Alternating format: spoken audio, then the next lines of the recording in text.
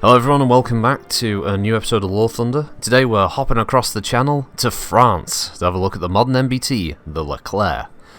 Now in the 1960s, the French army were looking to a future replacement for their current main battle tank, the AMX-30, and by the early 70s it was determined that it was pretty inferior compared to the next generation of Soviet tanks that were being produced. So, to this end, the Direction de Armement Terrestre ordered a project to be started to develop a next-generation NBT. Sorry, all French players out there. As agreements about the tank specifications had been agreed in the late 70s, the project changed direction when a working agreement with West Germany was signed, and the project became a joint development program. The current working title for this tank was Napoleon I, while the West Germans called it the Kampfpanzer III. However, disagreements over the final configuration of the tank caused a breakdown of cooperation between the two teams, and they went their own way with the project. At the time, France had imported current foreign designs for testing and inspection, things like the M1 Abrams, the Leopard 2, the Israeli Merkava tank, though all had been rejected. This was mainly due to a desire of the French army to have a vehicle with double the protection against kinetic energy penetrators and having a similar amount of protection from shaped charges. To this end, they acquired outside investment from the United Arab Emirates, which would help keep the cost down for the vehicle, and by 1990 the first mass-produced models had been completed under the new name of Leclerc. This name was chosen in honour of the French 2nd Armoured Commander who would help to drive and liberate Paris during the Second World War. Now, the Leclerc is armed with a GIAT, or nowadays Nexter, 120mm smoothbore cannon capable of firing NATO ammunition, found in the same tanks as like the Abrams and Leopard 2.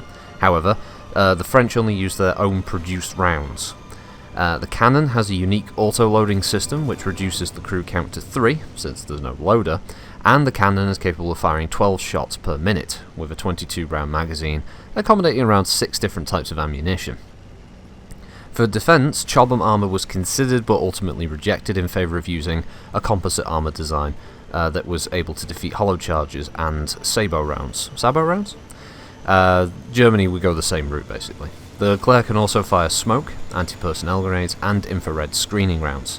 And finally, the tank is capable of running about 72 km an hour on road, some reports of 80, and 55 cross-country, which isn't bad for a 56-ton tank.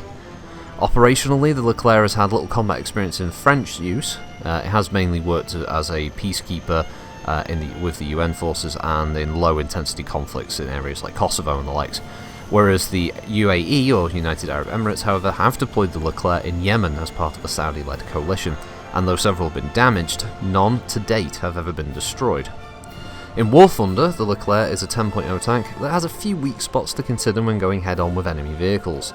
The mantlet and lower and upper front plates can be penetrated easily, which can cause your commanders to be killed in the first shot, and since the Leclerc only has 3 crew, that's a third of your crew dead already.